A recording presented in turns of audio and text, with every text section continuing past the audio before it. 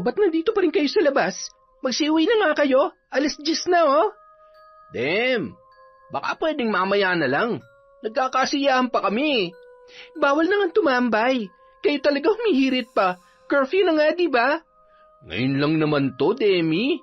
Tsaka, hindi naman malalaman ng iba kung hindi mo sasabihin, di ba? Oo nga naman, Demi. Ikaw lang naman mag-isang rumoronda dito sa kali natin eh. Nako, tigilan nyo nga ako ha. Masasabon ako ni Kapitan sa mga kalokohan ninyo. Sige na naman. Kung gusto mo, join ka na lang sa amin. At isasali nyo pa talaga ako? Pumayag ka na. Tatanggihan mo ba si Mark? Promise, hindi naman tayo mag-iingay eh. Kaya walang mabubulahaw na mga kapitbahay. Shh! Hay nako, ang tigas talaga ng ulo nyo. Gusto niya yatang matikman tong batutang hawak ko eh. Demi naman oh. Mas matigas pa dyan yung batuta ni paring Mark pag natikman mo. Hoy, ang sabi mo? Ay, Demi, joke lang yun. Ito naman. Hindi na mabiro. Joke. Magsiuwi na nga kayo. Ha? Sabi mo, sasama ka sa amin. Pumayag ka na, di ba? May sinabi ba akong pumapayag ako? Susundin niyo ba ako o haharap kayo kay Kapitan bukas? Magdadala kayo ng multa doon. Ikaw naman kasi paring Alan eh. Nagbiro ka pa eh. Joke lang naman yun, Demi. Ano, kikilos ba kayo o hindi? O na, uwi na. Relax ka lang. Taon 2008. Cebu. Mainit ang ulo ni Demi dahil sa katigasan ng ulo ng dalawa. Idagdag pa ang pang-aasar sa kanya ni Alan. Pagdating sa bahay, padabog na naupo sa silya ang dalaga. Mga bastos talaga. Hindi na nila iginalang ang pagiging tanod ko. Porket babae ako, basta-basta na lang sa kanilang magbiro ng ganon. Pasalamat sila hindi ako pumapatol sa laseng. Ay, hindi pwede yung ganyan. Dapat binatuta mo agad yung dalawang yon. Nako, uulit at uulit pa rin sa pambabasto sa mga yon dahil pinagbigyan mo, Demi. Sa susunod na gawin nila sa akin yung ganong bagay, Tia Olivia, makakatikim na talaga sila sa akin. Ganyan nga. Hindi pwedeng lalambot-lambot ka. Ipakita mong kailangan kanilang respetuhin. Kinaumagahan, nagkita sina Alan at Mark sa may tindahan.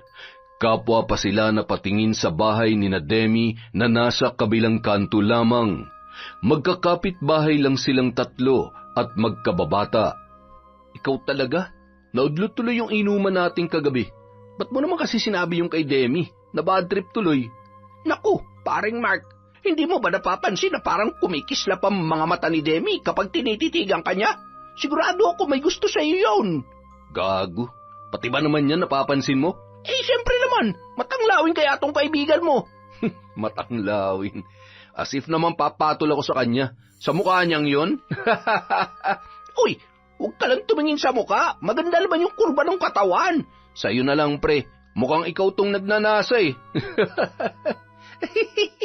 Maraming chicks ang nagkakandara pa sa akin, pre. Saka, ikaw ang gusto niya eh. Nako, mukha palang matigas na. Pas ako doon, pre. Sa pagdating ng fiesta sa kanilang barangay, nagkaroon ng disco. Abala ang mga tanod sa pagbabantay. Kanya-kanya ng toka at si Demi nasa may entrance nakaposte. Ang lahat ng papasok sa loob ng gym ay kailangan magbayad ng 20 pesos. Paring Mark, si Demi ang bantay oh. Yakang-yaka mo na yan. Sayang din yung 40 natin. May gusto naman yan sa'yo kaya ikaw nang bahala, pre. Sige ba, susubukan ko ha. Pero pag hindi pumayag, ililibre mo ko. Oo naman, malaki ang kumpiyansa kung papayag yan. Magpakit ka kasi. Gamitin mo yung damoves mo na nakakamagnet ng mga chicks. Hindi naman chick yan eh. Mukhang bakulaw nga. Samantala, habang abala si Demi sa mga pumapasok sa diskohan, pasimpleng lumapit sa kanya si Mark. Hi, Demi. Oh, Mark, papasok ka? Oh, dalawa kami. Asan yung kasama mo? Tatatakan ko yung mukha nyo. Ay, yung kamay nyo pala, pagkatapos mo magbayad. Demi, baka naman pwedeng libre na lang kami. Si Alan lang naman yung kasama ko. Promise, wala akong pagsasabihan para walang gumaya. Oh siya, tawagin mo na si Alan. Akin na yung kamay mo.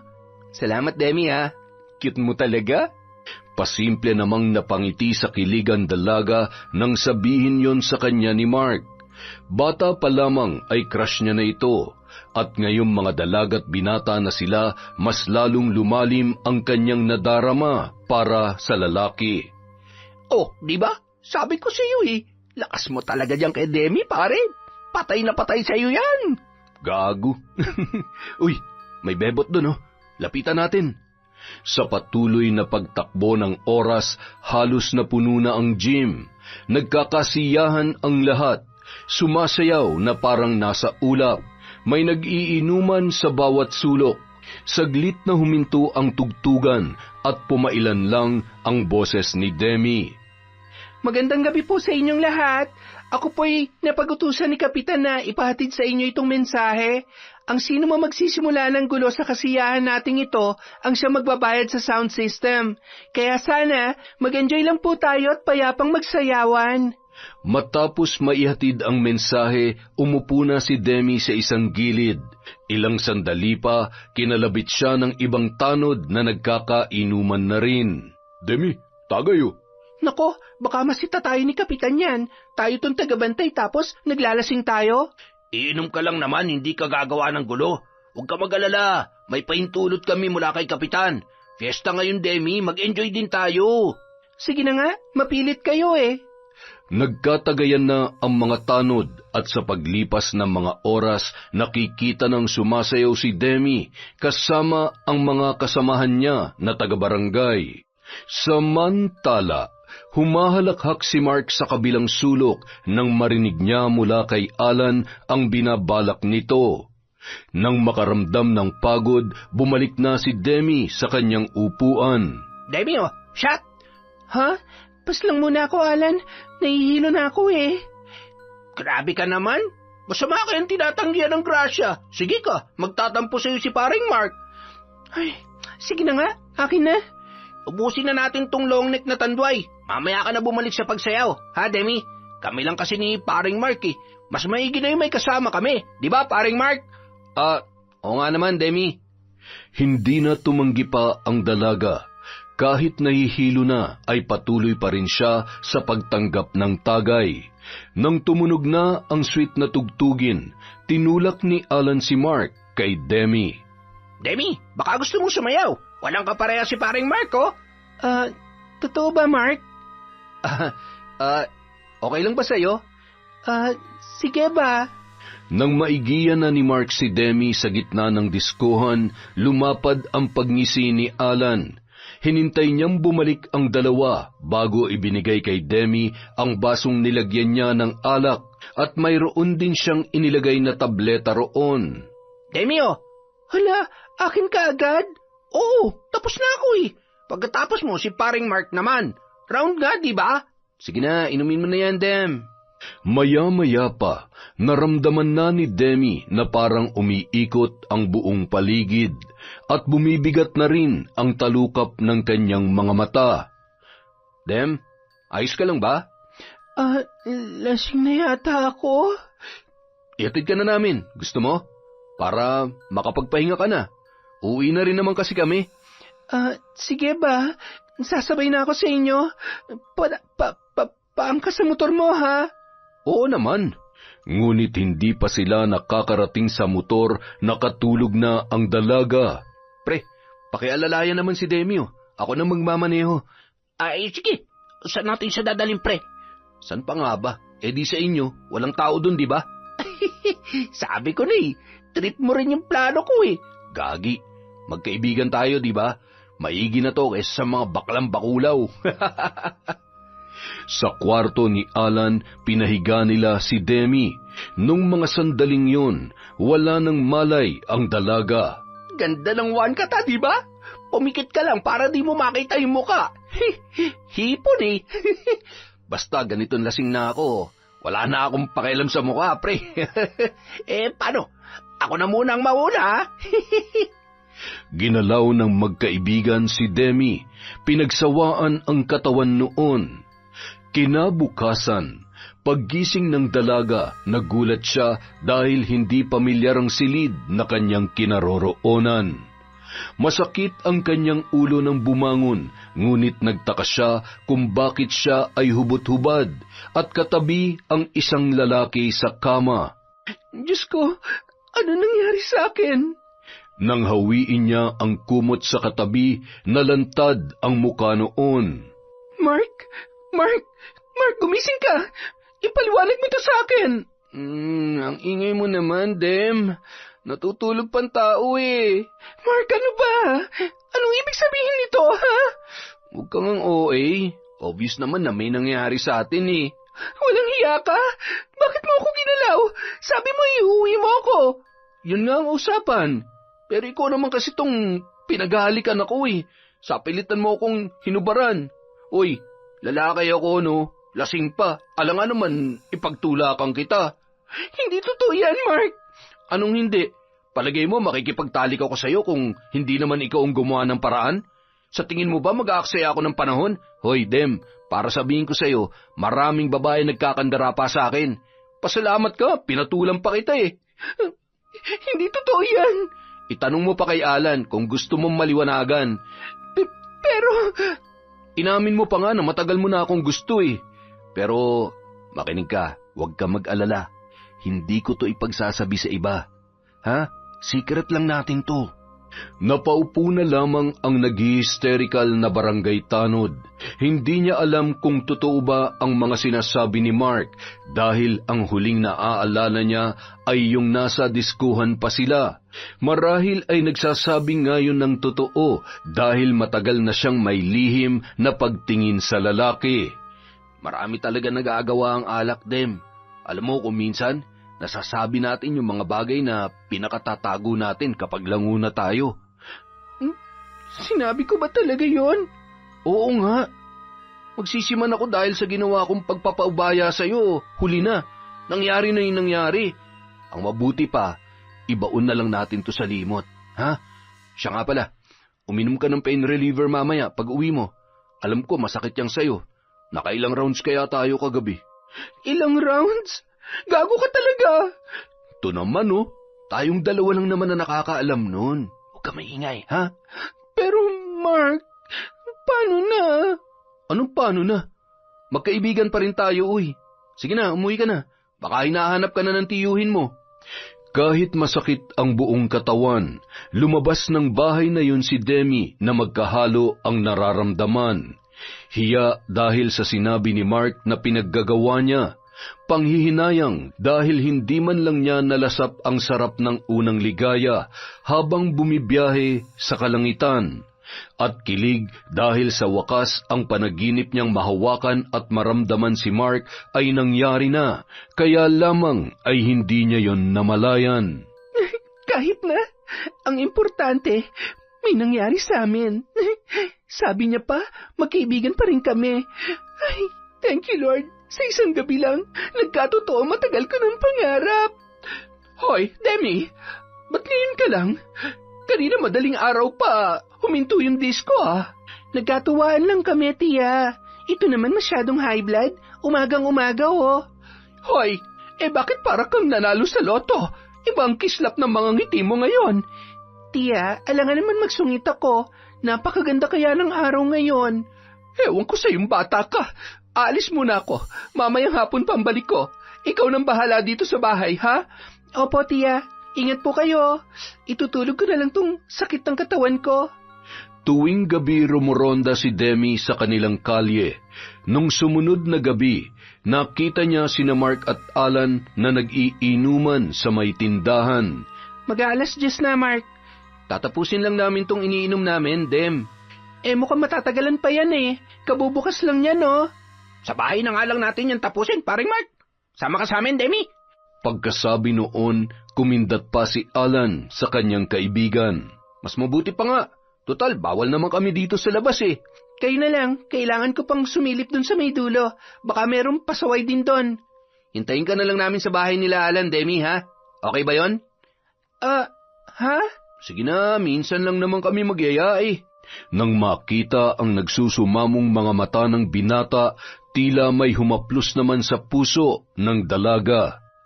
Sige, susunod ako. Nang matapos na sa pagroronda ang tanod, nagdadalawang isip pa siya kung tutuloy ba siya sa usapan nila ni Mark. Pumunta ka na, Demi. Huwag nang pakipot, ha? Pero nakakahiya eh. Sus, ngayon ka pa nahiya. Nakita na ni Mark ang lahat-lahat sa'yo. Kaya nga nakakahiya eh. Ilang araw din kaya akong umiiwas sa kanya. Hoy, Gaga. Ayaw mo nun? May chance ka na uling makascore sa kanya?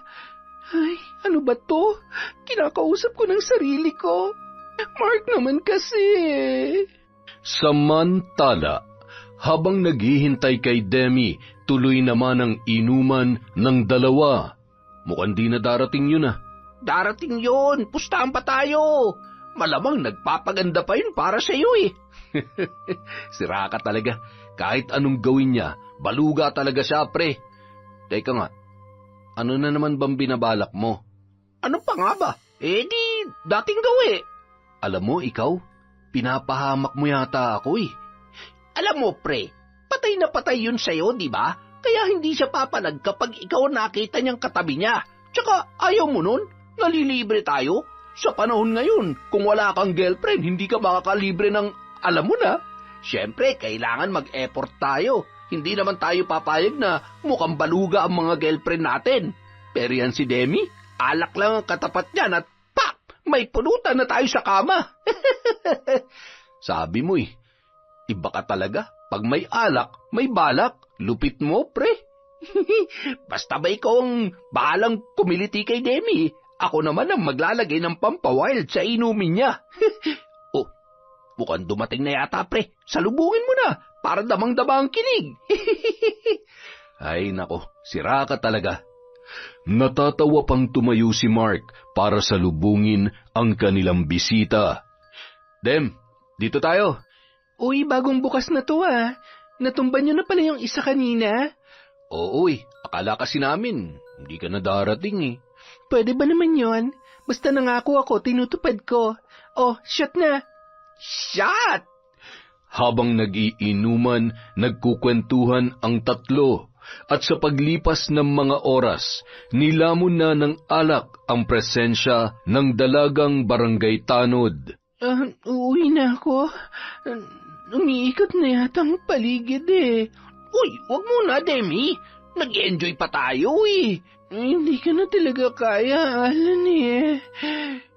Tumayo ang dalaga, nakailang hakbang pa lamang, habang pasuray-suray nang mabuwal siya sa lupa. Maagap namang dinaluhan siya ni Alan at hinaplos ang kanyang muka. Demi, huwag ka munang umalis. Dito ka na muna magpalipas ng ilang sandali. Iiwan mo ba si paring Mark? Ha? Di na yata kayang tumayo ni Demi. Mark, akayin mo na siya. Sige, ako nang bahala sa kanya. Mark? Oo, Dem, ako to. Ngumiti si Demi nang marinig ang boses ng binata. Mark, I love you. Alam ko. Ano, sa kwarto na ulit tayo? Oo. Ayos. Dinala ni Mark si Demi sa kwarto ni Alan. Inihiga niya ang babae at hinubaran. Si Demi naman, hindi na kontrolado ang kanyang sarili, pero gising pa ang kanyang diwa. Nang patayin ni Mark ang ilaw, pumasok si Alan sa loob ng kwarto at naunang makipaglaro kay Demi na ang akala ng babae ay si Mark ang kanyang kasama. Nang makaraos, iniwan na ni Alan ang dalawa at doon na binuksan ni Mark ang ilaw. Mark, pangarap ko lang to noon. Gusto mo, araw-arawin natin? Pilyo ka rin, no? Gusto mo ba? Pwede. Basta ba may alak tayo eh. Alam mo na, pampainit. Sure, kahit ako pang bumili. Sinabi mo yan ha. Halika na. Simulan na natin. Round 2 na ba to? Ha? Oo, round 2. Kinabukasan, nang magising si Demi ng madaling araw, nakita niya si Mark sa kanyang tabi. Mahimbing na natutulog ang binata. Hindi niya na yun ginising at lumabas na siya ng silid. Sa sala, nakita niya si Alan, kagigising lamang ng lalaki. Demi, ganda yata ng gising mo ah. Uuwi na muna ako sa amin, Alan. Ay, sige ba? Baka hinahanap ka na ni Aling Olivia. Bungangera pa naman yun. Naku, malalagot ka talaga ron. Ha? Ay, huwag ka mag-alala. Hindi makakarating kay Aling Olivia. Alam ko namang matagal ka nang may gusto kay Mark eh. Pero ipapaalala ko lang, Demi ha. Walang kayo, kaya hindi ka dapat umasa. Alam ko naman yon, Alan. Mas mabuti na yung maliwanag para hindi ka masaktan, Demi. Bilang kaibigan yung dalawa, ginagawa ko lang kung anong makakapagpasaya sa inyo. Ayoko ring may naaagrabyado. Ayos yun, di ba? Tumango na lamang si Demi at sumang-ayon sa kanyang kababata. Sa halos gabi-gabing pagroronda, doon napupunta si Demi sa inuman kasama sina Mark at Alan, at nauuwi nga sa kahalayan ang lahat kapag lasing na ang dalaga. Isang umaga, sa pag-uwi ni Demi sa kanilang bahay, nabungaran niya si Aling Olivia na halatang naghihintay sa kanya. Demi, saan ka ba nagpupunta? Halos gabi-gabi ka na lang na hindi umuwi dito. Ano bang pinagagagawa mo, ha? Ano lang, tiya. May ano kasi. Akala mo ba hindi ko alam na madaling araw ka nang umuwi? At ngayon, inumaga ka na. Tapatin mo nga ako. Ano bang pinagkakaabalahan mo? Nag-e-enjoy lang naman po ako, tiya. Wala po akong ginagawang masama. Akala mo ba hindi nakakarating sa akin na palagi mong kasama sina Mark at Alan? Hoy, Demi, babae ka. Lalaki sila. Nakikipag-inuman ka pa sa kanila. Tiya, barkada ko lang po sila. Oh, ano kung barkada? Kahit pa sabihin nating astig ka na tanod, may ilan na pinangingilagan ka, pero babae ka pa rin. May butas pa rin yung bulaklak mo, at ang butas kapag hindi natatakpan, pinapasok. Naiintindihan mo ba ako, ha, Demi? Opo, alam ko po yun, tiya. Alam ko naman pong ginagawa ko. Huwag niyo na akong alalahanin, matanda na po ako. Mas matanda ako kesa sa'yo. Huwag mo sanang baliwalain ang lahat ng mga pangaral ko. Ayoko na madalas kang sumasama sa kanila, ha? Isang araw, nagkasalubong sina Alan at Demi. Uy, Demi, ilang linggo ka nang hindi nagagawi sa inuman, ah. Hinahanap ka na ni paring Mark. Pasensya na, ha? Kailangan ko kasing umiwas muna sa inyo, eh. Si tiya kasi, pinagbabawalan ako. Grabe talaga yung tiya Olivia mo. Sa tanda mong yan, kinokontrol pa rin yung mga desisyon mo. Hindi ka na bata, Demi. Hindi na tayo elementary na anumang oras pwede niyang paluin at pagbawalan. Alam mo naman si Tia, babawi na lang ako sa susunod. Pakisabi na lang kay Mark na next time na lang, ha? Dem, di mo ba namimiss si paring Mark? Yung mga haplos niya, yung mga ungol niya. Hoy, hinaan mo nga yung boses mo. Baka may makarinig sa'yo. Kung namimiss mo siya, punta ka sa bahay mamaya. Huwag mong kalimutang magdala ng alak, ha? Naku, Alan, hindi nga pwede. Demi, pag gusto, maraming paraan. O paano? Kita-kits mamaya, ha? Huwag mong kalilimutan yung alak, pati na rin yung sigarilyo. Balato mo na yung sa akin. Magpapakasaya naman kayong dalawa ni paring Mark, eh. 6:00 pa lamang ng gabi, dumating na si Demi sa bahay ni Alan. Gaya ng usapan, may dala siyang long neck at yosi. Malapad naman ang mga ngiti ni na Mark at Alan nang siya ay makita. Panalo na naman ang gabi natin ngayon, pre. Galing mo talaga, Alan. Malalasing na nga tayo, mabubusog pa. Siyempre naman, sabi ko naman sa iyo akong bahala, basta ikaw ang bahala. Mukhang nagkakasiyahan yata kayo. Siyempre, dumating ka Akin na yung dala mo, nang makapagsimula na tayo. Nang maubos ang dalang dalawang long neck, nagpabili pa si Demi kay Alan. Mag-usap muna kayong dalawa dito habang wala ako, ha? Sarado kasi tong tindahan sa tapat ng bahay, Doon na ako bibili sa kabilang kanto. Nang sila na lamang dalawa ang naiwan, sinimulan na ni Mark ang nais gawin. Lango na silang pareho sa alak at gaya ng nakasanayan, nagpaubaya na naman si Demi. Siya pa nga ang mas agresibo ng mga sandaling yon. Pagkatapos ng mainit nilang tagpo, kaagad sila nagbihis at bumalik sa likod bahay kung saan sila nakatambay kanina. Alam mo, Demi, ayos din pala tong sistema natin, no? Walang ugnayan, kung gusto lang saka nagkakaintindihan. Alam mo na.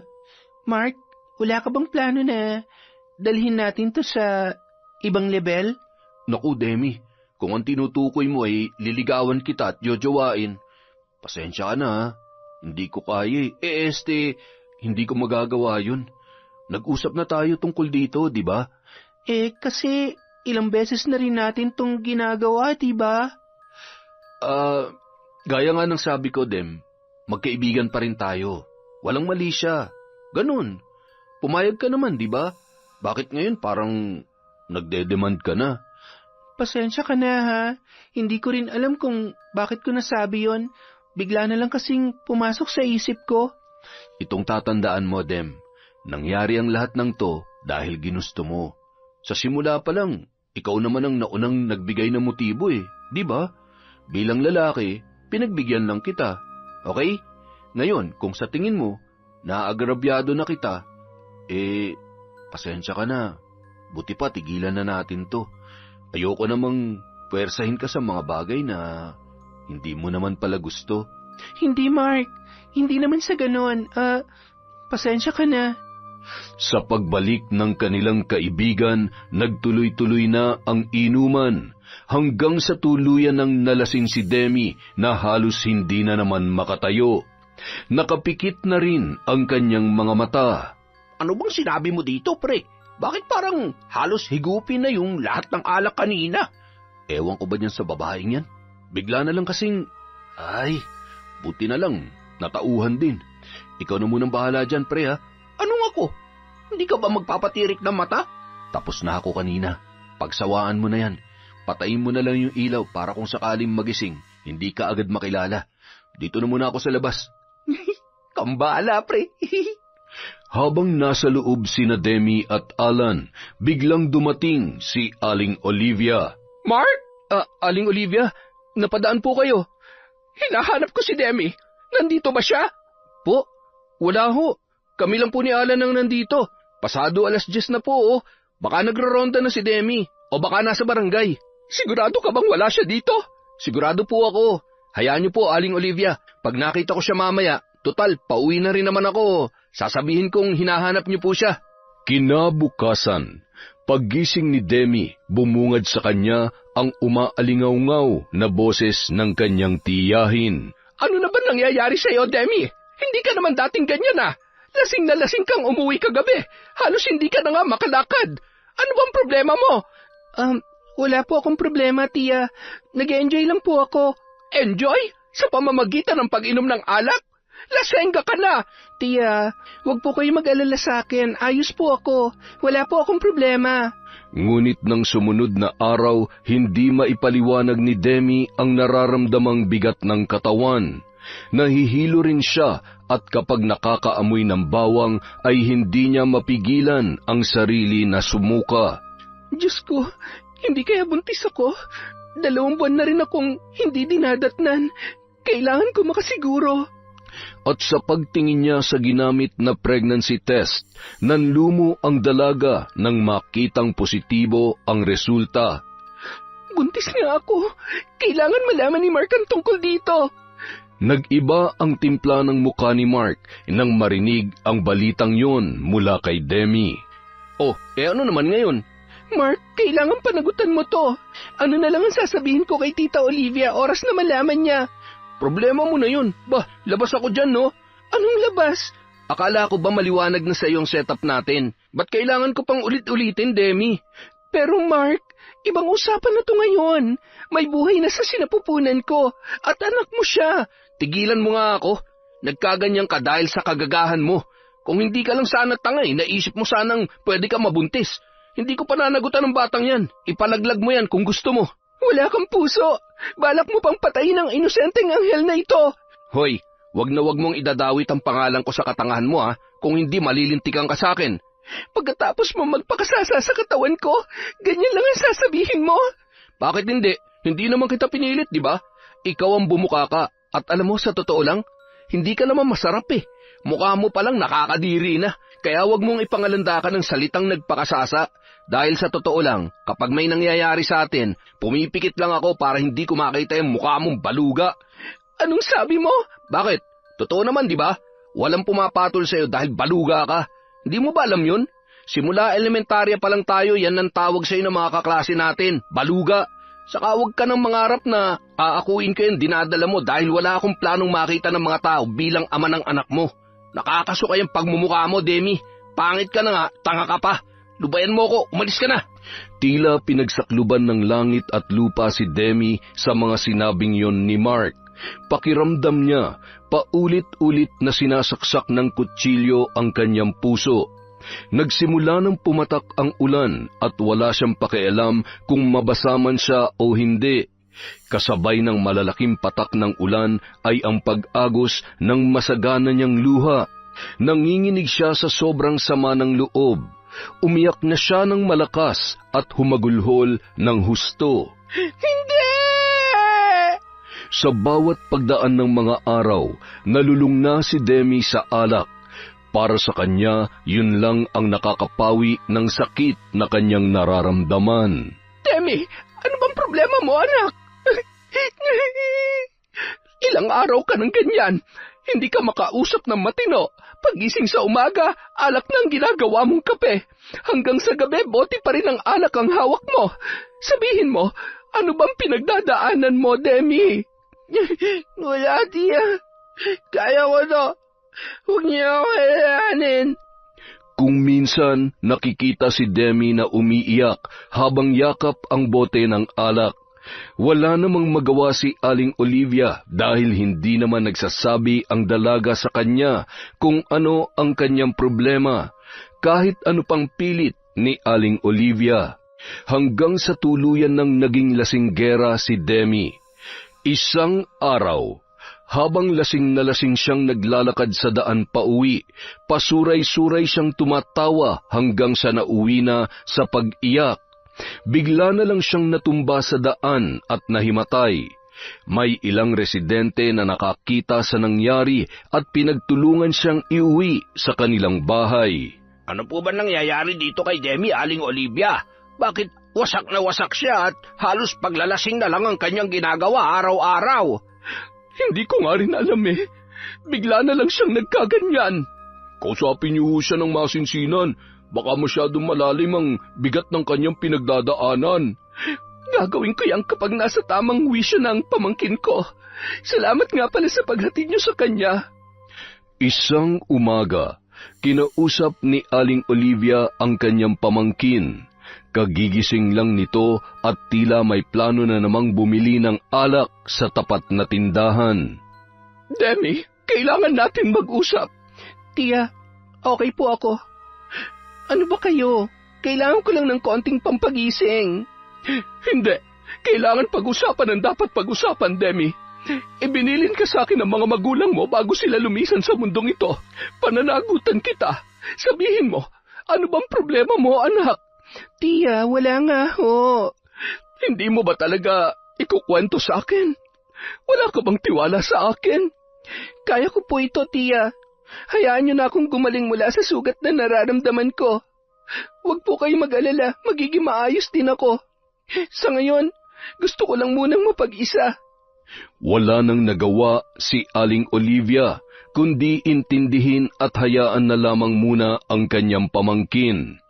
Umaasa siya na balang araw, magkukusa rin itong magsabi sa kanya kung ano ang mga bagay na bumabagabag dito.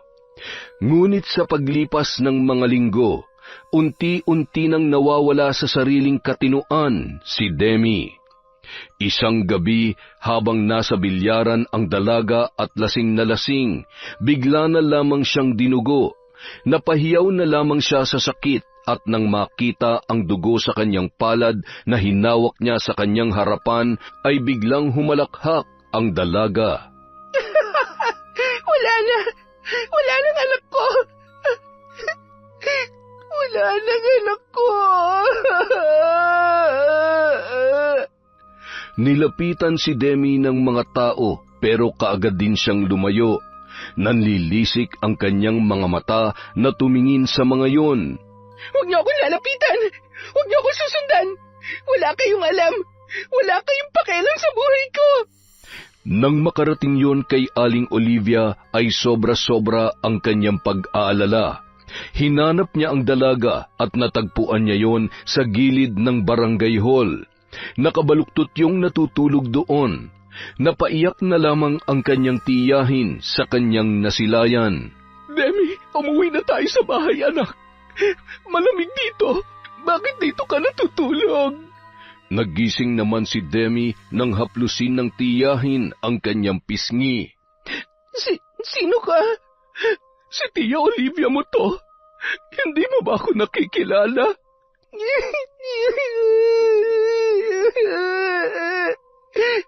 Umuwi na tayo sa bahay, Demi. Ayoko. Dito lang ako. Ang anak ko. Wala na siya. Wala na. Wala kang anak, Demi. Dalaga ka.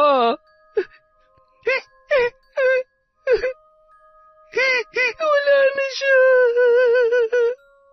Ayaw sa kanya ng tatay niya. Baluga ako. Pangit. Niyakap ng mahigpit ni Aling Olivia si Demi nang makita ang bakas ng dugo sa harapan ng suot nitong pantalon. Diyos ko, bakit? Bakit pinahintulutan mo mangyari to sa pamangkin ko? Bakit?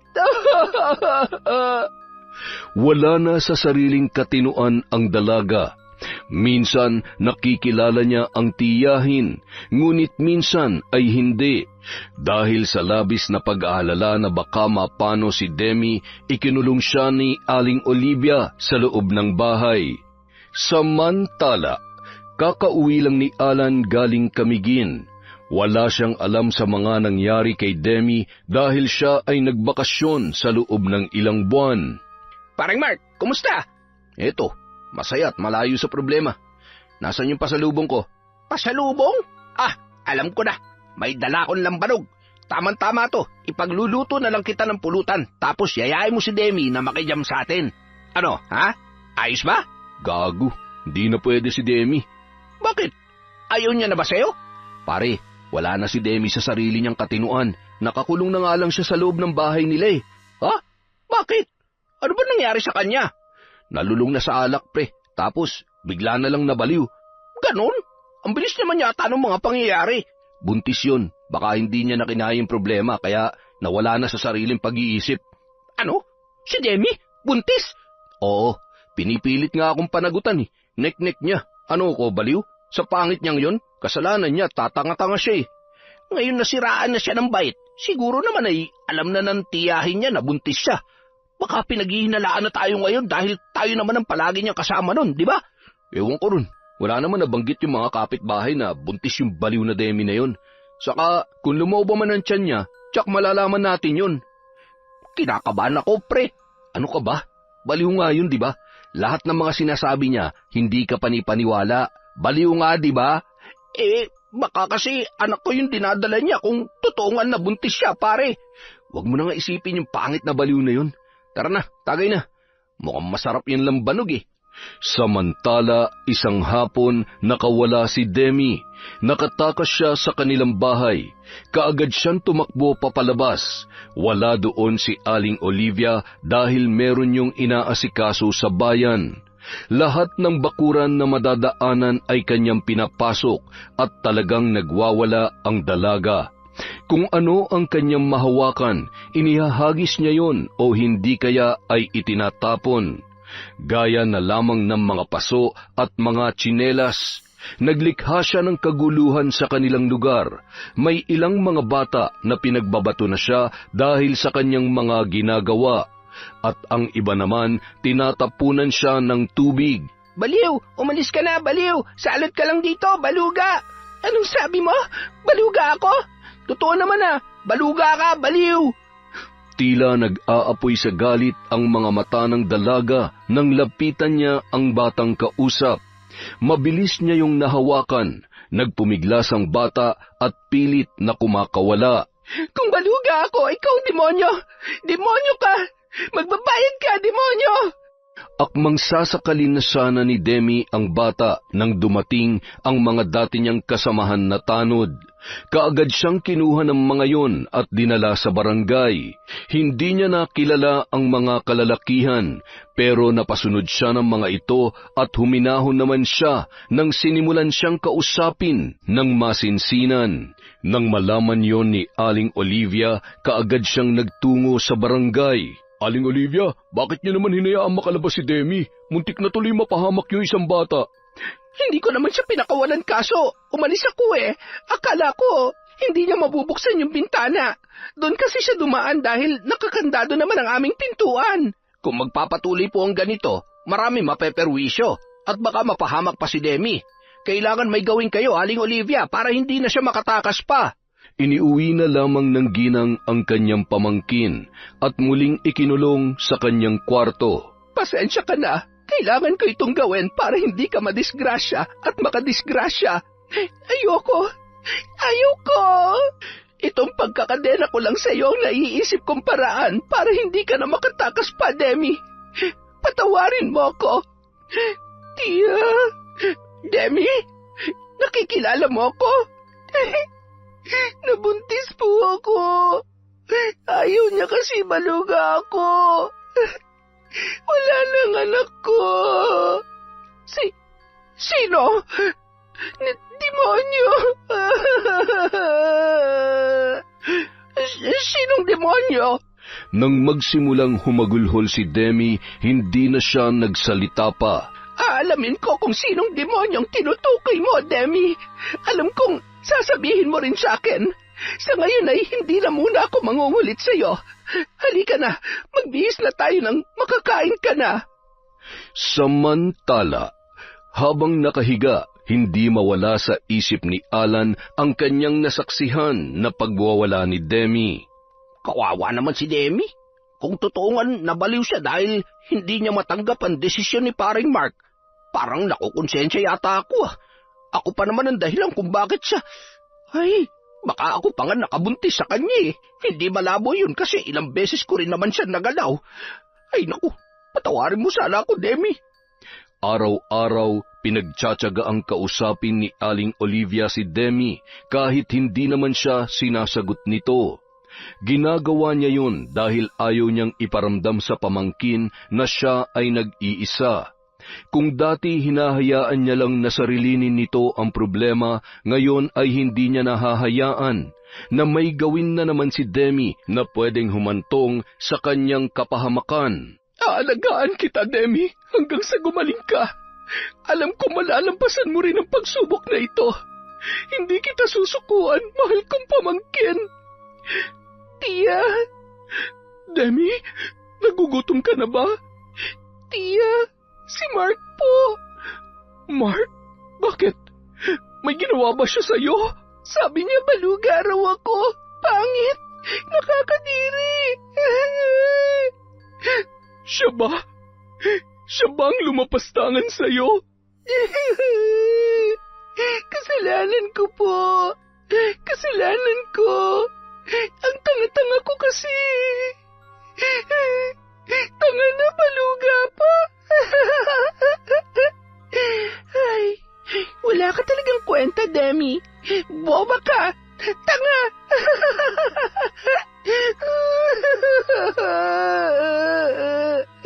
Tama na, huwag ka nang umiyak, Demi. Gagawa ako ng paraan para makaganti tayo sa lalaking yon. Hindi ako papayag na hindi niya maranasan ang nararamdaman mo ngayon. Magbabayad siya. Isang araw, sinadya ni Aling Olivia si Mark sa kanilang bahay. Mahinahon lamang siya, ngunit mariing nagsasalita. Kinumpronta niya ang binata. Hindi na ako magpapaligoy-ligoy pa, Mark. Gusto ko lang malaman kung ano bang mga pinagagawa niyo noon ng pamangkin ko. Ano pong ibig niyong sabihin, Aling Olivia? Alam kong alam mo kung anong tinutukoy ko. Wala po akong alam dyan. Bakit? Ano po bang sinabi niya sa inyo? Sinabi niyang ikaw ang nakabuntis sa kanya. Ako? Napaka-imposible naman po yata niyan. Itatanggi mo? Aling Olivia, wala sa sariling katinuan si Demi. Ano man ang pinagsasasabi niya, wala yung katotohanan. Oo, magkaibigan kami, pero yung galawin siya, naku, hindi ko po yun magagawa. Mukha pa nga lang niya, hindi ko na masikmura eh. Galawin pa kaya? Napaka-ilusyonada naman yata ng pamangkin niyo. Kayo naman, bago kayo maniwala sa baliw na yun, tingnan niyo muna kung tamang pagdudahan niyo ako. Sa tingin niyo ba papatol ako sa kanya? Sa mga sagot mong yan, nalaman ko ng totoo. Sige, magpapaalam na ako. Salamat naman at naliwanagan na kayo, Aling Olivia. Pakisabi na lang kay Demi na magpagaling siya para hindi siya gumagawa ng nakakapangilabot na kwento. Bago tuluyang umalis si Aling Olivia, gumuhit muna siya ng maliit na bilog sa loob ng bakuran nila Mark. Nag-usal siya ng mga orasyon at sa isang iglap lang, biglang lumakas ang ihip ng hangin. Muli niyang tiningnan ng binata na noon ay papasok na sa loob ng bahay. Pagbabayaran mong lahat ng ito, lalaki ka. Sisingiling kita ng mahal, makikita mo. Samantala, pagkapasok ni Mark sa kanyang kwarto ay padabog siyang umupo sa kanyang kama. Walang hiyang baliw na yon, ipapahamak pa ako. Pwes, hindi niya masisira ang pangalan ko. Sira ng ulo niya at hindi ako dapat magpaapekto. Mula sa nakabukas niyang bintana, naramdaman niya ang pagdampi ng malamig na hangin sa kanyang balat. Kitams, pati yung hangin sumasang-ayon sa akin. Isang gabi, habang bilog at maliwanag ang buwan, sa loob ng silid ni Aling Olivia, inilabas niya ang isang hugis bilog na bagay. Gawa ito sa pinatuyong balat ng balete, kasing laki ng isang regular na sukat ng isang plato. Inilatag din niya ang panyong itim na mayroong mga nakasulat na orasyon. Doon, ipinatong niya ang bilugang bagay at sa gitna noon ay nagtirik siya ng isang itim na kandila. Bago niya sinindihan yun, nagsimula siyang guluhin at ibuhaghag ang nakalugay niyang mahabang buhok. Balot naman ng itim na tela ang buong sulok ng silid na yun. Huminto siya saglit at tila mayroong hinihintay. Maya-maya pa, kasabay ng alulong ng mga aso, mabilis niyang sinindihan ang kandila. Nang magsimula yung umusok, nag-orasyon siya ng paulit-ulit. Pikit ang kanyang mga mata at taimtim na nagdarasal. Kakikitaan siya ng matinding konsentrasyon. Sa bawat pag-usal niya ng mga kataga, sumasabay na tumatagaktak ang kanyang pawis. Hindi siya tumigil sa pag-orasyon hanggang sa hindi tuluyang natunaw ang kandila. Bahagya pa siyang napangiti sa pagdilat niya ng kanyang mga mata, at nang makita niyang halos maubos na ang kandila, hinipan niya ang sindi nito at tinapos na ang dasal bago pa man mawala ang usok. Magsisimula ng paghihiganti ko para sa aking pamangkin. Samantala, sa gitna ng iginuhit na bilog sa lupa ni Aling Olivia, doon sa bukana nila Mark, biglang gumalaw ang lupa. Bumuuyo ng tila isang maliit na bundok. Sinakop noon ang bilog na guhit, na kung tatantyahin ay mga 2 dangkal ang taas. Kinabukasan, habang nagdidilig ng mga halaman si Mark, napansin niya ang umbok na yon sa lupa. Ano to? Bakit may ganito rito? Parang may bata na namang naglaro dito kahapon ah. Kukulit talaga ng mga yun. Sabi nang huwag pumasok dito eh. Gamit ang kanyang mga paa, sinira ni Mark ang tila maliit na bundok at pinatag ang bahaging yun. Ngunit hindi niya napansin na tila may itim na usok na kumapit sa kanyang mga paa. Mas pinadali mo ang gusto kong mangyari, Mark. Ngayon, matitikman mo ang lupit ng aking barang. Habang naliligo, napansin ng binata na parang may anino na nasa kanyang likuran. Kaagad siyang napalingon, ngunit wala naman siyang nakita. Kung kaya pinagpatuloy niya na lamang ang kanyang ginagawa. Subalit hindi niya maipagkakaila na parang may nagmamasid sa kanya, hanggang sa matapos na siya sa kanyang paliligo. Nang araw ding yun, naisipan niyang bisitahin si Alan. Ramdam pa rin niya ang tila may nakasunod at nakamasid sa kanya. Oy, paring Mark, kanina pa kita kinakausap pa. Ano ba nangyayari sa'yo? Natulala ka na lang bigla. Ha? Hindi ko nga rin alam eh. Para bang ang bigat ng pakiramdam ko, pre? Nang tingnan ni Mark si Alan ay parang naduduling na siya. Kaya iminulat niya pa ang kanyang mga mata. Pero kahit anong pilit niya, nagiging dalawa ang mukha ng kaibigan sa kanyang paningin. Mukhang inaantok ka. Umidlip ka kaya muna dun sa duyan. Mahangin dong kaya makakatulog ka na mahimbing. Antok na antok yung mata mo eh, oh. Ay, ano ba yan? Ano, nagpunta lang ako rito para matulog. Nakakabagot kasi sa bahay. Ako lang mag-isa. Nag-out of town kasi yung mga magulang ko. Jesus, para ka namang hindi sanay dito. Pagising mo mamaya, magtatagay tayo. Habang natutulog ang binata, may narinig siyang mga kalansing. Palapit ng palapit ang tunog na yon sa kanya, at tila kumakalikot sa pinakaloob ng kanyang pandinig. Nagising bigla si Mark, pero pagtingin niya sa puno kung saan nakatali ang duyan na hinihigaan niya, nanlaki ang kanyang mga mata. Bakit parang gumagalaw yung puno? Iginala niya ang kanyang paningin sa paligid. Nasa likod bahay pa rin naman siya, pero kakaiba ang pag-ihip ng hangin, na tila nanunuot na sa kanyang mga talampakan. Nang akmang igagalaw na sana niya ang mga paa, bigla na lamang yun namanhid. Aabutin niya pa sana para pisil-pisilin, ngunit nahintakutan na lamang siya nang makitang gumagapang ang maliliit na baging palapit sa kanya. At sa isang iglap lamang, binalot na ng mga yun ang kanyang paa. Ha? Ano mga to? Saklolo! Saklolo! Ay, pare Mark, bakit? Yung mga paa ko! Yung mga paa ko! Ha? Ano nangyayari sa mga paa mo? May... Ngunit sa pagtingin niya muli, nawala ang mga baging na pumupulupot doon. May ano? Saglit siyang natigilan. Hindi niya alam kung sasabihin niya ba yon sa kanyang kaibigan at baka pagtawanan lamang siya ni Alan. It's a prank! Ayos bang acting ko, pare? Siraulo ka talaga. Akala ko kung naano ka na eh. Gagi, si Demi ang siraulo. Literal na nasira na ang ulo.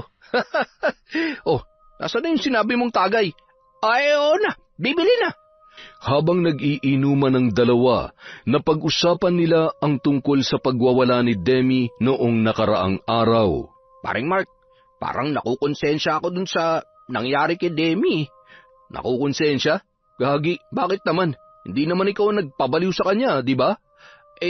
Naaawa ako sa kalagayan niya eh. Kung hindi dahil sa atin, normal pa siyang namumuhay ngayon. Nako, wala tayong kasalanan dun. Kung meron man siyang dapat nasisihin, yun yung sarili niya dahil hinayaan niya maging siraulo siya.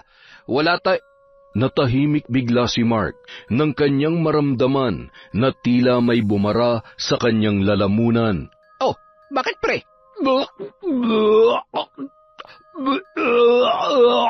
Biglang napatayo si Alan nang makita ang paglabas ng mga putik sa bibig ni Mark.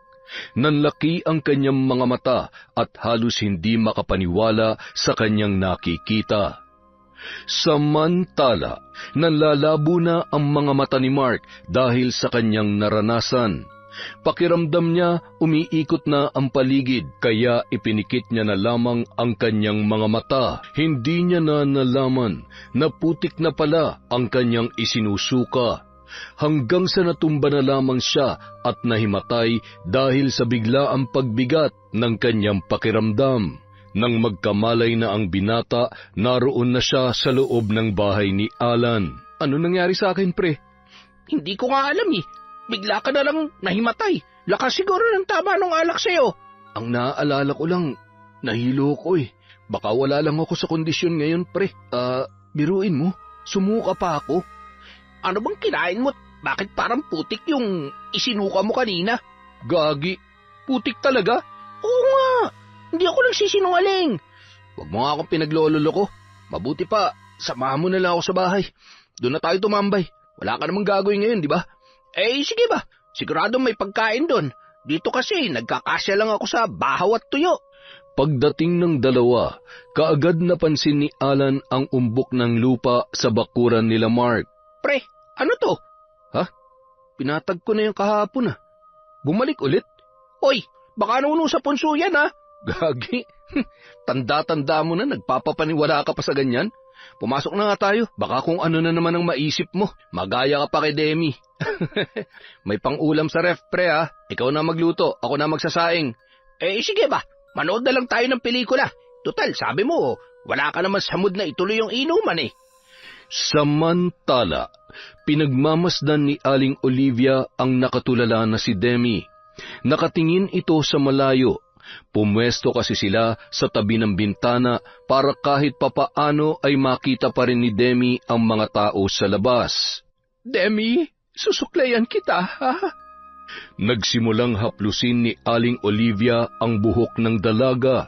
Ilang araw na yung hindi nagsasalita matapos maipagtapat ang tungkol kay Mark. Subalit nang makita ni Demi sina Mark at Alan sa kabilang bahay, nagsimula yung umungol.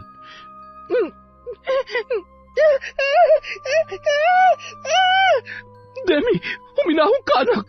Huminahon ka! Hindi! Wag! Iginiya na lamang ni Aling Olivia ang kanyang pamangkin papasok sa silid nito. Napalingon naman ang dalawang lalaki na noon ay papasok na sana sa bahay ni na Mark. Si Demi ba yung nagwawala doon, pre? Sanay na ako sa babaeng yan, pre. Buti na lang talaga, ikinadena na ni Aling Olivia. Nakakainis nga yung ingay niya. Minsan, kahit 10 oras ng gabi, bigla na lang sumisigaw yan. Kawawa naman si Demi. Huwag ka nang maawa dyan. Kung hindi lang yan tanga, hindi naman yan magkakaganyan. Matapos na kusa niyang ibigay yung katawan niya sa atin, aakto siya na parang biktima. Utot. Pre, baka nakakalimutan mo. Tayo may kasalanan sa kanya. At higit sa lahat, ako. Kung di lang ako nagplano, wala sana nangyaring ganun. Ano ka ba? Gaya ng sinabi natin sa kanya, siya nagbigay ng motibo. Malas niya lang matatalino tayo, naisahan natin siya. Kala niya ako lang ang kasiping niya, yun pala, tayong dalawa. Saka pre, wala tayong kasalanan. Paninindigan ko yun dahil yun ang gusto kong paniwalaan niya. Isang gabi, hindi makatulog si Mark. Pabaling-baling siya sa higaan, kaya naisipan niyang buksan ang bintana para makalanghap ng sariwang hangin.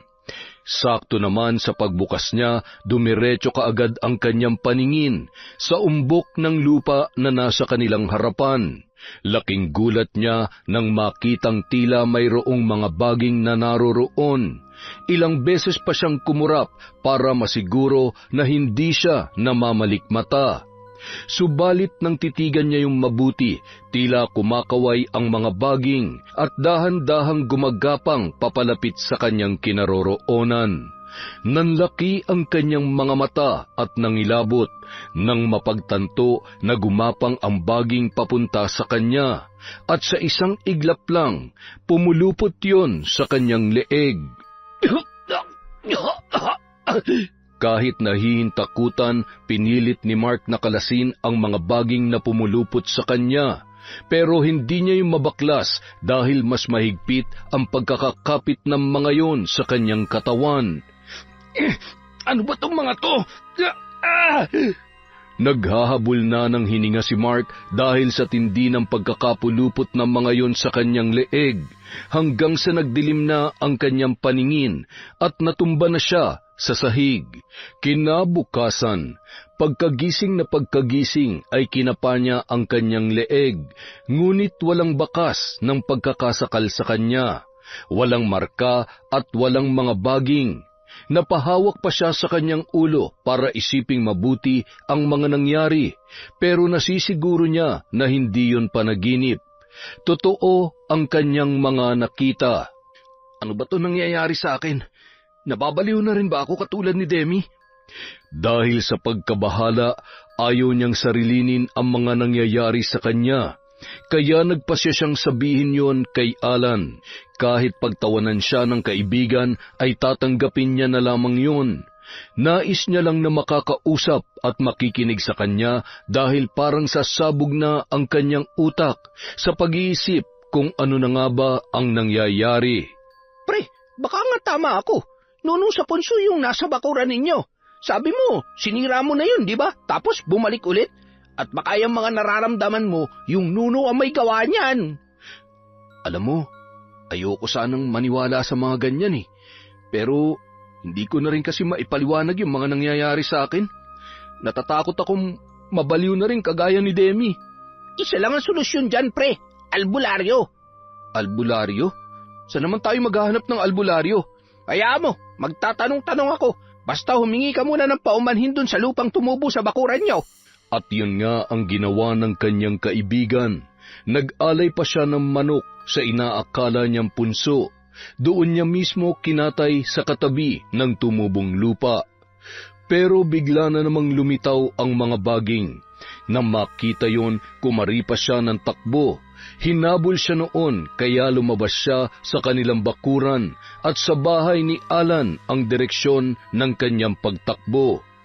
May ilang kapitbahay na nakakita sa kanya na tumatakbo na parabang hinahabol, ngunit wala naman nakasunod sa kanya na kahit na ano. Kaya naisip ng ilang kapitbahay na nasisiraan na ng bait si Mark. Ay, ano ba yan?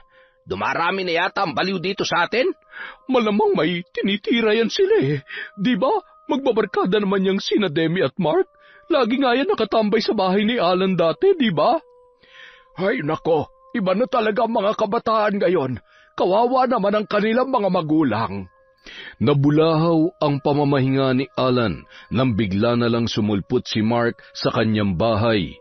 Halatang takot na takot ang lalaki base sa kanyang itsura. Hinihingal pa ang kanyang kaibigan. Pre, namumutla ka yata. Pre, sinusundan ako ng mga baging. Hinahabol nila ako. Tulungan mo ako, pre. Pre, relax ka lang. Walang mga baging. Huminahon ka nga. Pero kanina, kitang-kita ko silang nakasunod sa akin eh. Balak nila akong lamunin, pre. Ayoko umuwi. Alam ko na, inaabangan nila ako. Pre, dito na lang muna ako. Wala namang problema, pre. Kahit kailan mo gusto, pwede ka dito. Basta, huminahon ka lang, ha? Parang batang walang kalaban-laban si Mark nung mga sandaling yun. Nagkulong na lamang siya sa loob ng bahay ni na Alan at takot na lumabas. Sa tuwing meron siyang naririnig na kaluskos, bigla siyang nanginginig at parang naninigas ang buo niyang katawan dahil sa takot na baka ang mga baging na yon nakukuha sa kanya. Dahil sa pag-aalala ng kaibigan, lumapit si Alan sa isang albularyo na inirekomenda sa kanya ng isang kakilala. Dinala niya yon sa bahay nila at pinatingnan ang kanyang kaibigan. Nalaman kaagad ng albularyo ang sanhi ng problema nito. Ayon sa kanya, pinaglalaruan umano ang binata ng isang mambabarang. At kung nais nitong maputol ang sumpa ng barang sa kanya, nangangailangan umano silang magbayad ng malaking halaga dahil hindi biro ang makipagtagisan ng lakas sa isang mambabarang. Napaatras naman silang dalawa nang malaman kung gaano kalaki ang kanilang kailangang bayaran. Mukhang pineperahan lang tayo ng albularyong yun ah. Sa taas ng presyo ng panggagamot niya, halatang pera-pera lang yun eh. Yan nga rin ang iniisip ko, pre. Karamihan naman sa mga albularyo, donasyon lang ang hinihingi. Yung iba nga, hindi na nagpapabayad eh. Ang gusto lang nila, makatulong. Ano nang gagawin natin ngayon? Kung lumapit kaya tayo sa pari, banal ang mga kagamitan nila, pre, di ba? Pari talaga? Oo, kesa naman sa doktor ka lumapit, tsak sasabihin lang ng mga yon, may sira ka sa pag-iisip. Hindi nga ba nasisiraan na ako ng utak, pre? Aba, ewan ko sa'yo. Ang alam ko, matino ka pa naman kausap. Pwera na nga lang tuwing nakikita mo yung mga baging, talaga nag-iibang kondisyon mo. Isang araw, naisipang dalawin ni Alan si Demi. Hindi niya alam kung bakit, pero tila may nag-uudyok sa kanya na silipin ang dalaga. Anong kailangan mo sa pamangkin ko, Alan? Dadalawin ko lang po siya, Aling Olivia. Medyo matagal-tagal na rin kasi kaming hindi nagkakausap. Hindi mo naman siya makakausap ng matino eh. Nakatulala lang siya. Kung minsan naman bigla na lamang nagsisisigaw. At kapag may naaalala, iiyak kung hindi tatawa. Kawawa naman po si Demi. Ano po bang dahilan kung bakit siya nagkaganyan? Hindi ko rin alam, pero may nasabi siya sa akin minsan. Si Mark daw. Ikaw, Alan, may alam ka ba sa relasyon nilang dalawa? Aling Olivia, ang alam ko po, may pagtingin si Demi kay Mark. Sa tuwi magkakasama ba kayo? Anong ginagawa nila? Hindi na nasagot pa ni Alan ang tanong na yun dahil nagsimula nang magwala si Demi sa loob ng silid nito. Kaagad din naman nilang pinuntahan ang dalaga. Nang makita ni Demi si Alan, unti-unti yung naging mahinahon. Alan? Ikaw ba yan? Ako nga, Demi. Alan, nagbunga yung mga ginawa namin ni Mark. Kaya lang, ayaw niya sa bata. Hindi ko matanggap kaya nilunod ko ang sarili ko sa alak. Hanggang sa nawala na yung anak namin. Demi, patawad. Hindi ko alam na hahantong sa ganito ang lahat. Ngayon lang ako naglakas ng loob na magpakita sa'yo kasi alam ko na may kasalanan din ako. Wala kang kasalanan, Alan. Ako lang naman ang dapat sisihin dito dahil sa katangahan ko at sa pag-ibig ko kay Mark. Kaya ako nagkaganito. Ayoko na. Gusto ko nang bumalik sa normal, Alan. Ayoko na sa madilim na mundong kinalalagyan ko. Demi, naniniwala akong makakawala ka dyan. Alam kong makakaya mo. Sa oras na gumaling ka, mag-uusap tayong tatlo nila paring Mark, ha? Pangako yun. Sa mga narinig na pagtanto ni Aling Olivia na may alam nga si Alan sa mga naganap kina Mark at Demi. Nakita niya na pinagkakatiwalaan ng dalaga si Alan, kaya ibig sabihin wala itong ginawang masama sa dalaga. Si Alan naman ay nilamon ng kanyang konsensya. Labis ang pagsisisi niya sa ginawa nila sa dalaga. Kung may babalik ko lang sanang panahon, Demi. Alan, kumusta na ang kaibigan mong si Mark? Hindi rin po siya maayos, Aling Olivia. Nito kasing nakaraan, may nangyayari sa kanya na hindi ko rin maipaliwanag. Nararapat lang yun sa isang katulad niya. Pinagsamantalahan niyang kahinaan ni Demi. Nangako po ako kay Demi na ililihim namin pero sa kalagayan niya ngayon, sasabihin ko na lang po sa inyo. Alam naman po kasi ni Demi na walang pagtingin sa kanya si Mark. Ginagamit lang siya nun kapag lasing na sila pareho. Pero binaliwala lang yun ni Demi kasi nga mahal niya po yung kaibigan ko. Hindi naman ho sa kay Demi ko lahat sinisisi ang kamalian pero sumang-ayon po kasi si Demi na may mangyari sa kanila kahit na tingin ni paring Mark ay magkaibigan lamang sila. Kahit sino nagmamahal ay nagpapakatanga, Alan. Oo, sabihin na natin kasalanan din ni Demi pero hindi dapat siya ipinahiya ni Mark. Ipinamukha pa nito kung gaano kapangit ang pamangking ko sa paningin niya at kung gaano siya nandidiri. Bakit? Nung ginagalaw niya si Demi, hindi naman siya nandiri, hindi ba? Gagawin ko lahat para maranasan niya ang kung anumang nararamdaman ngayon ng pamangkin ko, Alan. At ang lahat ng makikialam ay madadamay. Isinusumpa ko yan. Ibig niyo pong sabihin, may kinalaman kayo sa mga nangyayari kay Mark? Oo, at uulitin ko, ang lahat ng makikialam ay madadamay. Tila naman nahintakutan si Alan sa pagbabanta ng matanda. Ngayong alam niya na may kinalaman si Aling Olivia sa mga nakikita ni Mark. Nagdadalawang isip na siya kung hihingi pa ba ng tulong sa pari o hindi na. Ayaw niyang siya ay madamay gaya ng sinabi ni Aling Olivia. Natatakot din siya na baka maranasan din niya ang mawala sa sariling katinoan oras na siya ay makialam. Isang pasya ang nabuo niya nung araw na yon para malayo sa kapahamakan. Tutal, si Mark lang naman ang alam ni Demi na gumalaw sa kanya noon, kaya hinayaan niya na lamang yon. Hindi na siya aamin na kasama siyang lumapastangan sa kanilang kaibigan. Kailangan niyang ibuhos lahat ng kasalanan kay Mark para sa kanyang kaligtasan. Samantala, patuloy pa ring nagpapakita ang mga baging kay Mark at sinasaktan pa rin siya ng mga yun. Isang araw, maaliwalas ang panahon, walang nararamdamang kakaiba si Mark.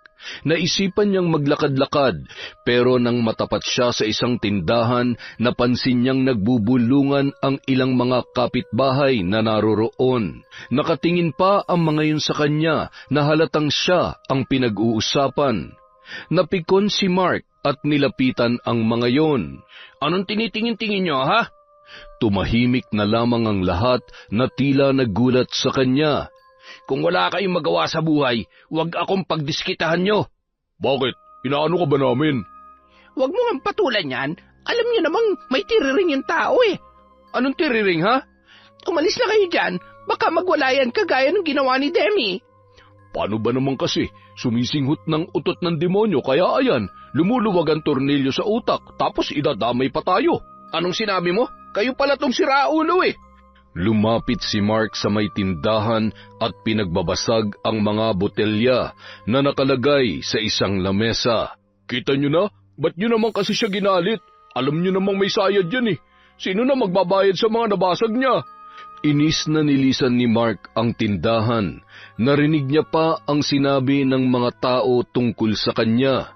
Baliw na ang tingin nila sa akin. Bakit naman kasi nakikita ko pa mga lecheng baging na yan? Hindi madali ang masiraan ng ulo, hindi ba? Ngayon, alam mo na ang pakiramdam ng pamangking ko. Huwag ka mag-alala, hindi mo pa lubos na nararamdaman. Darating ang oras na hindi ka na maaapektuhan sa lahat ng mga sinasabi nila dahil tuluyang ka nang mababaliw. May kinalaman ka ba sa nangyayari sa akin, Aling Olivia? Ano ba sa tingin mo? Ha? Bruha ka. Siguro ikaw yung sinasabi ng manggagamot, no? Ikaw yung mambabarang na tinutukoy niya. Mga kapitbahay, kampon ng kadiliman si Aling Olivia. Isa siya mambabarang. At ako ang kanyang biktima. Kailangan natin siyang sunugin. Kailangan bumalik siya sa impyernong pinanggalingan niya. Sa tingin mo ba maniniwala sila sa iyo? Nababaliw ka na sa kanilang paningin. Wala nang maniniwala sa iyo, Mark. Wala na. Meron pa. Si Alan. Alam niyang binabarang ako at sasabihin ko sa kanya na ikaw yun. Siya maglalantad na isa ka mambabarang demonyo ka. Hindi na siya makakatulong sa iyo, Mark. Tanggapin mo na lang na mag-isa ka na. Wala nang naniniwala sa iyo. Dapat mong pagbayaran ang ginawa mong pambababoy sa pamangkin ko. Simula pa lang sa umpisa, kakampi ko na si Alan. Hindi niya hayaang malantad ang katotohanan kaya alam ko matutulungan niya ako at ikaw, masusunog ka sa impyerno. Nakita ni Olivia ang paparating na si Alan. May dalayong bote ng alak na mukhang kanina niya pa tinutungga. Alan, sabihin mo nga dito sa baliw mong kaibigan na wala nang makakatulong sa kanya. Pre, maghahanap ka ng pari, di ba? O di kaya mahusay na albularyo para mawala ng barang sa katawan ko. Hindi ba? Ay, pasensya lang pre pero labas na ako sa problema mo. Anong labas? Hoy, baka nakakalimutan mong ikaw ang nagplano ng lahat ng ito. Hindi lang ako dapat marangin dahil may kasalanan ka rin. Wala akong saan pre. Huwag mo ako idadamay sa kabaliwan mo. Magkaibigan tayo pero please naman pre. Huwag mo ako isali sa pagiging siraulo mo. Hoy, Alan, huwag kang magbalinis. Ikaw ang nagplano, naghahasain natin si Demi nung disco. Nilasing mo siya at pinainom ng kung anong tableta para mawalan siya ng malay. Gago ka, naging sunod-sunuran lang ako sa iyo nung gabing yun. Ilang beses mo rin siyang pinakinabangan, di ba? Tapos ngayon, sa akin mo isisisi ang lahat. Ikaw palang baliw eh. Anong sinabi mo, Mark? Aling Olivia, baliw yan. Kung ano-ano lang pumapasok sa utak niya. Sabi mo nga, di ba? Binabarang mo siya para tuluyan na siyang masiraan ng bait. Sino nasa tamang pag-iisip ang maniniwala sa isang baliw? Tumahimik ka. Oo, nilalaro ko ang isipan ni Mark sa pamamagitan ng barang. Pero ako nakakaalam kung nagsasabi siya ng totoo o hindi. Ako ang may hawak ng sumpa at mararamdaman niya lamang ito oras na ginamit ko yun sa kanya. Akala ko pa naman kakampi ka ni Demi. Isa ka rin palang demonyo, nagbabalat kayo sa anyong tao. Aling Olivia, hindi totoo yan. Sinasabi niya lamang yan para pansamantalang mawala ang galit mo sa kanya. Hindi ako mangmang, Alan. Ngayon, kapwa niyong dadanasin ang kalupitan ko. Magsisisi ka. Aling Olivia, patawarin niyo po ako. Nagawa ko lang naman yun dahil sa udyok ng makamundong gawain. Pero pangako, labis-labis ako nagsisisi. Hindi ko naman alam na hahantong sa ganito ang lahat. Aminin ko na sana kay Demi kaso natakot ako sa banta ninyo. Ayokong danasin ang mga bagay na nagpapagulo sa isipan ni paring Mark. Sinungaling. Totoo po, Aling Olivia. Halos gabi-gabi akong binabagabag ng aking konsensya nang malaman kong nabuntis si Demi. Sa pag-aalalang baka ako ang ama ng kanyang dinadala. Na malaman kong nasiraan siya ng bait, mas dumoble pa ang usig ng aking konsensya. Huli na ang lahat, Alan. Hindi mo na mababago ang takbo ng isip ko. Traidor ka rin pala, Alan eh. Simula ngayon, hindi na kita tinuturing na kaibigan. Magsama kayo ng baliw na si Demi. Tutal, pareho naman kayong baluga eh. Walang pakinabang. Kinagabihan, malakas ang hangin na pumapalibot sa bahay ni Mark. Ramdam niyang tinutuklap ang mga bintana sa loob ng kanyang kwarto. Nabitawan niya ang itak at sa isang iglap lang narinig niya ang sariling mga buto na nagkalasog-lasog. Sindak siyang binawian ng buhay. Samantala, tila iniinog naman ang tinulugan ni Alan. Nagising siya mula sa mahimbing na pagkakatulog dahil sa kalasingan. Sinadya niyang lunurin sa alak ang sarili dahil natatakot siya sa banta ni Aling Olivia. Nang tumingin siya sa sahig, nagkalat ang mga tuyong dahon ng balete. Saan nanggaling ang mga to? Ito na kaya yung sinasabi ni Aling Olivia? Sinisimulan niya na ba akong barangin? Nang makita ang mga yun, kumaripas na siya ng takbo palabas. Sa daan, napansin niya na parang sumasayaw ang mga punong kanyang nadadaanan. Hindi siya tumigil sa pagtakbo kahit na binabalot na ng matinding kaba ang buo niyang pagkatao. Patuloy siyang kumaripas hanggang sa narating niya ang isang bahay. Aling Olivia, nakikiusap po ako. Patawarin niyo na ako. Pinapangako ko, pagbabayaran ko mga nagawa ko sa normal na paraan. Huwag niyo lang akong gawing baliw. Maawa po kayo, Aling Olivia. Nagpatuloy sa pagmamakaawa at sa pagkatok ng pintuan si Alan. Samantala, narinig naman ni Demi ang kanyang boses. Tia, sino po yon? Matulog ka na, Demi. Hayaan mo na kung sino man yon.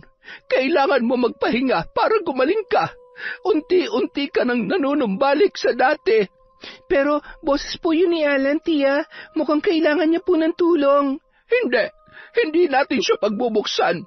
Isa siya sa mga nanakit sa iyo, Demi. Dapat lang siya magdusa. Kaya ko po inilihim sa inyong lahat dahil takot akong barangin ninyo si Mark, Tia. Ayokong gawin niyo ang mga bagay na maglulugmok sa inyo sa kasamaan. Demi! Tia, tama na po. Ayoko maging masama kayo. Ayos lang na tawagin akong baluga, pangit, baliw, o anumang hindi maganda. Ang hindi ko mapapayagan ay ang tawagin kayo mambabarang ng mga tao. Kahit na totoo naman, pero ako po ang nasasaktan kapag may sinasabi silang hindi maganda laban sa inyo. Pero ginahasa ka rin ni Alan. Hindi ko ito mapapayagan. Tia, alam kong masama ang ginawa nila pero may kasalanan din po ako. Naulit na naulit dahil pinayagan ko yon. Tia, pakawalan niyo na po si Alan. Magpakalayo-layo na lang po tayo dito. Ang lahat ng mga mapapait na alaala, kalimutan na lang natin. Magsimula po tayong muli. Niyakap ng mahigpit ni Aling Olivia si Demi. ang kanyang pamangkin na tinuturing niya na tunay na anak. Samantala, patuloy sa pagmamakaawa si Alan nang pinagbuksan na siya ng pinto ni Demi. Demi, patawarin mo ako. Inaamin ko napakalaki ng kasalanan ko sa iyo. Ako nagplano sa lahat ng yon. At oo, Demi, paulit-ulit rin ako nakipagniig sa iyo nang hindi mo nalalaman dahil lasing na lasing ka. Inakala mong si Mark yun pero ako. Nakikiusap ako sa iyo, Demi, patawarin mo ako. Hindi. Alam kong hindi ganun kadali magpatawad, pero sana bigyan mo ako ng pangalawang pagkakataon na itama ang mga mali ko. Kahit kailan hindi ko naman narinig sa iyong salitang baluga, Alan. Kahit pa nung elementarya pa lang tayo. Oo, may kasalanan ka. At tama rin hindi madaling magpatawad. Sana sa pagkakataong ibibigay ni Tia, huwag mo nang hayaang sakupin ang kasamaan ng isip at puso mo. Oo, Demi, pangako. Aling Olivia, salamat po. Pinapangako ko. Gagawa po ako ng tama hanggang sa aking pagtanda. Kay Demi ka dapat magpasalamat, Alan. Kung hindi dahil sa hiling niya, kasama ka na ni Mark na paglalamayan bukas. Salamat, Demi. Maraming salamat. Kinabukasan, natagpuan si Mark na nakabigti sa kanyang silid. Sabi ng mga kapitbahay, baka ginawa ni Mark na magpakamatay dahil sa wala na ito sa sariling pag-iisip. Nung araw ding yun, iniwan ng magtiyahin ang lugar at nanirahan na sa malayo. Nagsimula silang muli at tuluyan na ngang nanumbalik sa dating maayos na pag-iisip si Demi at namuhay sila ng masaya at mapayapa. Sa paglipas ng mga taon, matanda na si Demi. Mag-isa na lang siyang namumuhay dahil namayapa na si Aling Olivia. Nasa pamilihan siya ng kalabitin ng isang matandang lalaki. Noong una ay hindi niya pa yon nakilala. Ay, anong maipaglilingkod ko? Ay, Demi, hindi mo na ba ako nakikilala? Ako ito si Alan. Alan? Ay nako, ikaw na ba yan? Pasensya ka na, ganito na yata ang tumatanda. Hindi na malinaw ang paningin. Ay, mabuti at nagkita pa tayong muli bago ako lubugan ng sikat ng araw. Masaya akong makita ka. Ay, salamat nga pala, ha? Salamat naman saan? Sa pagligtas mo sa buhay ko dati.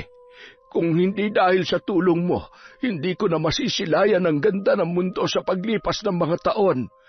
At humihingi pa rin ako ng kapatawaran hanggang ngayon. Wala na yon. Matagal ko na yung ibinaon sa limot, Alan. Ay, ilan na bang mga anak mo? May apo ka na rin ba? Ay, wala. Hindi na ako nag-asawa. Ikaw? Tumanda na rin akong dalaga, Alan. Ganoon ba? Kung gayon ay, pwede pa kitang alagaan. Ay, loko ka. Demi, simula nung araw na nalaman ko nangyari sa'yo, isinumpa ko nang babawi ako.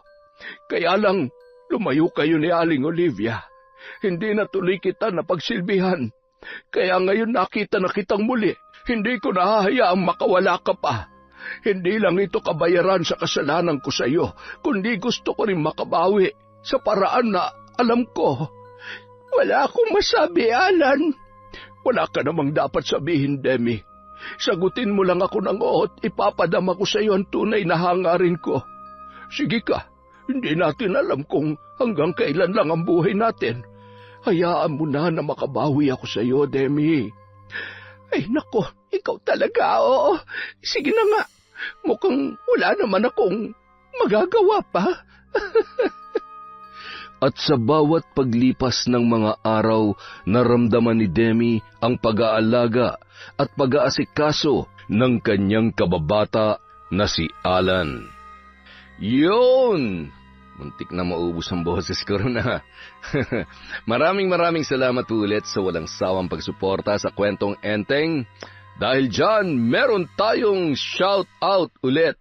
Simulan po natin kay Riz Pataleta, hello kay Irene Sibuklama, hi kay Norma Alpha, kay Lian Monteroso, kay Ernesto Esparza, hi po kay Josie Aniban, kay Pinawan Nicole B., kay Janaya Dagison, Estelin TV, Master Junior Michael Angelo Pogi at Jomer Mejia.